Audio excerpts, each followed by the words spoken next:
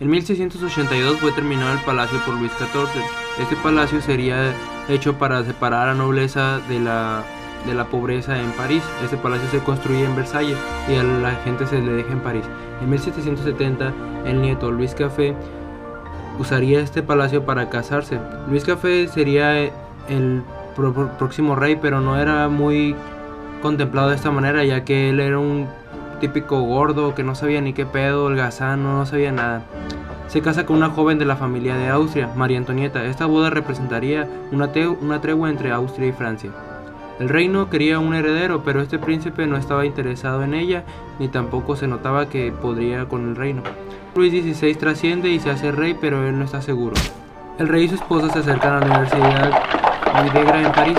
Es ahí cuando un estudiante de leyes, Robespierre, le da la bienvenida con un discurso en latín al rey. El rey apenas si voltea, se porta bien mamón. Había llegado la era de la Ilustración. La gente se preguntaba, ¿por qué el mundo es así? ¿Se puede cambiar para mejor? ¿Por qué tenemos un rey? ¿Se puede cambiar para mejor rey? París, para colmo, era el corazón de esta era de la Ilustración. Esta literatura era en un principio solamente para la clase alta, pero después se fue yendo y filtrando hacia la clase más baja. Del otro lado del Atlántico, Estados Unidos se quería independizar de Gran Bretaña.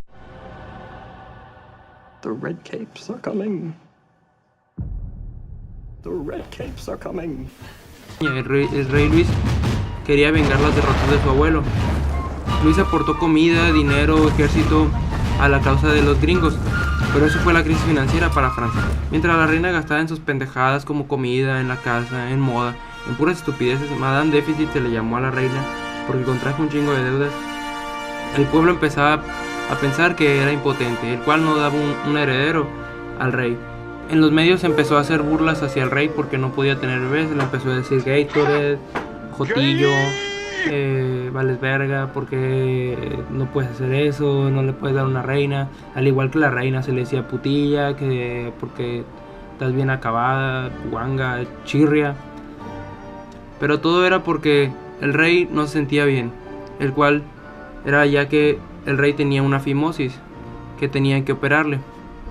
Después de una operación y de varios meses de recuperación, el rey pudo tener un bebé. La gente seguía viviendo pobre y el rey seguía viviendo como rico. Las quejas nunca le llegaban, hasta que una carta llega al rey y dice: ¿sabe por qué hay tanta gente necesitada? Porque su lujuriosa existencia devora en un día el sustento de 1000 hombres. Esta queja sería escrita por Maximiliano de Robespierre, quien había alabado al rey y a la reina cuando visitaron la Universidad de París. El rey tuvo 4 hijos y dejaba de perder poder como rey, entonces comenzó a imponer iniciativas financieras donde a los pobres se les cobraban muchos impuestos y los ricos no pagaban tanto. El país caía en crisis gracias a los movimientos del rey y el apoyo a Estados Unidos para liberarse de Inglaterra. Todo se encarece, a la gente no le alcanza para comer y matan por ello. El país contrata a Jacques Necker, un financiero, para dar estabilidad a Francia. Tuvieron una reunión de los Estados Generales. Era la primera vez que eran convocados desde hace 170 años.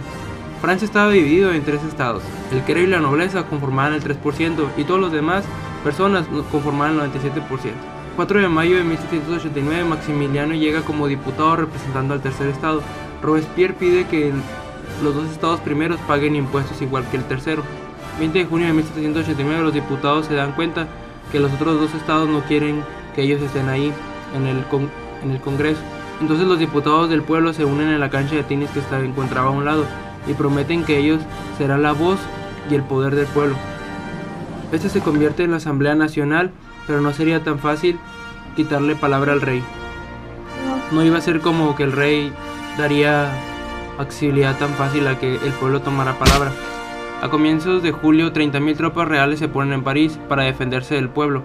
Forma una guardia nacional. El pueblo roba mosquetes y pólvora. Luis no estaba de acuerdo con el pueblo, por lo cual despide a Jacques Necker, el financiero, ya que era muy por parte del pueblo. El pueblo se da cuenta de eso y comienza una revuelta. El gobernador de una prisión, la Bastilla, donde había pólvora y era conocido por torturar a gente, fue asesinado por la revuelta y su cabeza fue expuesta en un pico. La Bastilla fue destruida por los revolucionarios. Se piensa que esta destrucción de esta cárcel fue el inicio de la Revolución Francesa. Se redactó una carta en pocos días, Declaración de los Derechos del Hombre. Fue un documento promulgado por la Asamblea Nacional. La Asamblea Nacional sería el vocero del pueblo. Ellos pedían una monarquía constitucional, derechos iguales para todos y justicia bajo leyes razonables. Robespierre pidió una mayor libertad de prensa ya que había sido amordazada bajo el rey. Aquí entra otro personaje importante de la revolución. Jean-Claude Magat era un doctor que estaba desempleado y era un vagabundo que tenía rabia hacia la monarquía. La revolución le da oportunidades y crea un diario, el cual tiene mucho éxito. Lo que él quería era sangre y que caigan las cabezas.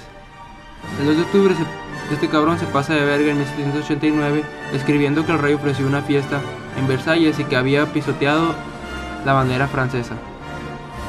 Entonces esto llega a saberse y el rey manda tropas a París para que se calmen. La gente se moviliza a Versalles, al palacio del rey. Entonces el rey, para que no se pasen de riata, firma la Carta de los Derechos del Hombre. Entonces la reina es cuando dice la famosa frase de que si no tienen pan, que coman pastel.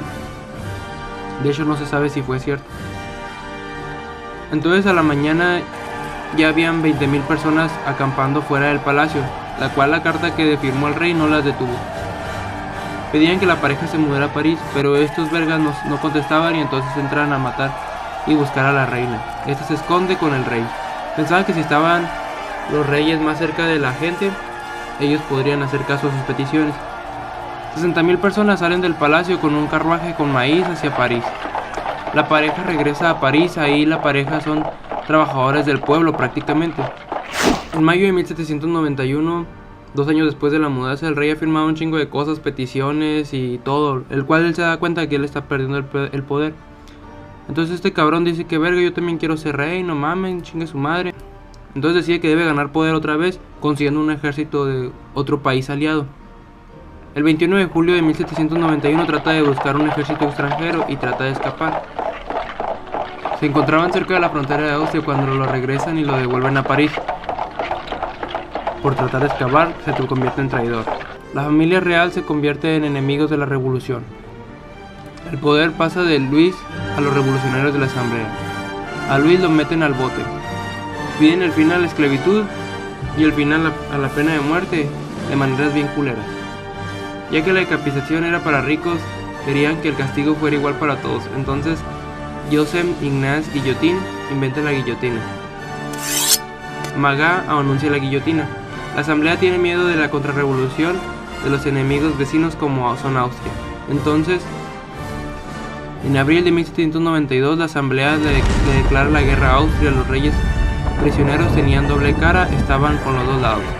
Austria se le une a la invasión Rusia. Entonces los reyes de Austria mandan cartas que si le pasa algo a la familia real, destruirían París. Entonces esto enciende a la gente que vive en París, lo cual van y tratan de matar al rey y a la reina.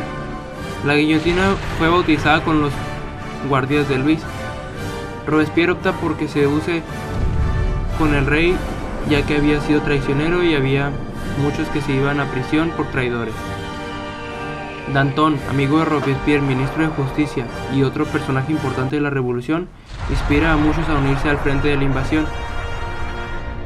Magat en el diario hace un llamado para que la gente mate a los prisioneros, porque si los invasores llegaban a la prisión, esto sería culero para el pueblo. Entonces van y matan a los prisioneros. Después de estos sangrientos hechos, Robespierre opta por liderar la revolución. 20 de enero de 1793 se declaró la sentencia donde decía que debía morir el rey. A las 10:20 de la mañana el rey había muerto. Jean-Paul Magat muere por manos de Charlotte Corday, porque lo hacía responsable de las muertes. Charlotte Corday la matan por el asesinato a Magat.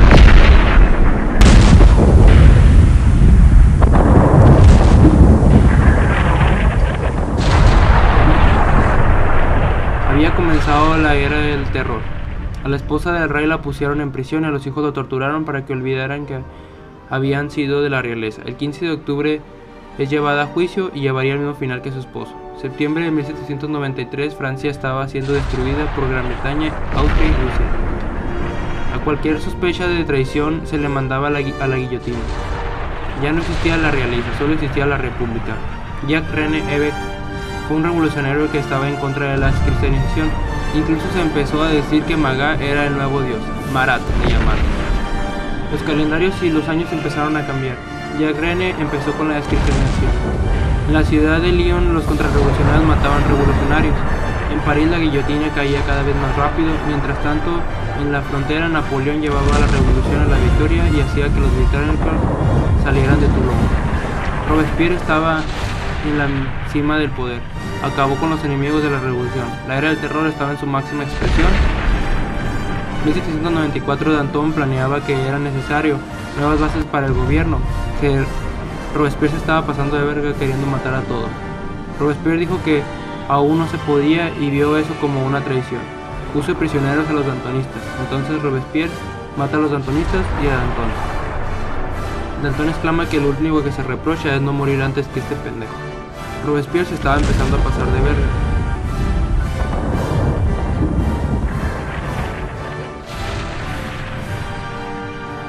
Sume a Francia en una fase más sangrienta, la fase del Gran Terror. El 6 de junio de 1794, Robespierre crea la diosa de la razón, el cual empieza a detener las muertes.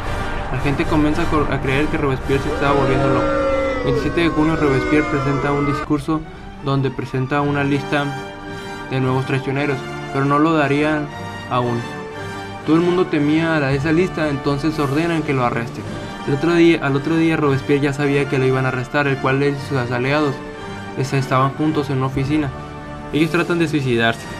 Robespierre se da un tiro en el cuello, el cual falla. Cuando capturan a Robespierre tiene una herida. Entonces el 27 de julio de 1794, la guillotina cayó sobre el cuello de Robespierre, llamado el Incorruptible. Después de 5 años de parálisis, el poder quedaría en manos de un solo hombre, Napoleón Bonaparte. La revolución destruyó el régimen feudal de Europa. Esta revolución ha sido ejemplar de estudios en movimientos revolucionarios en todo el mundo.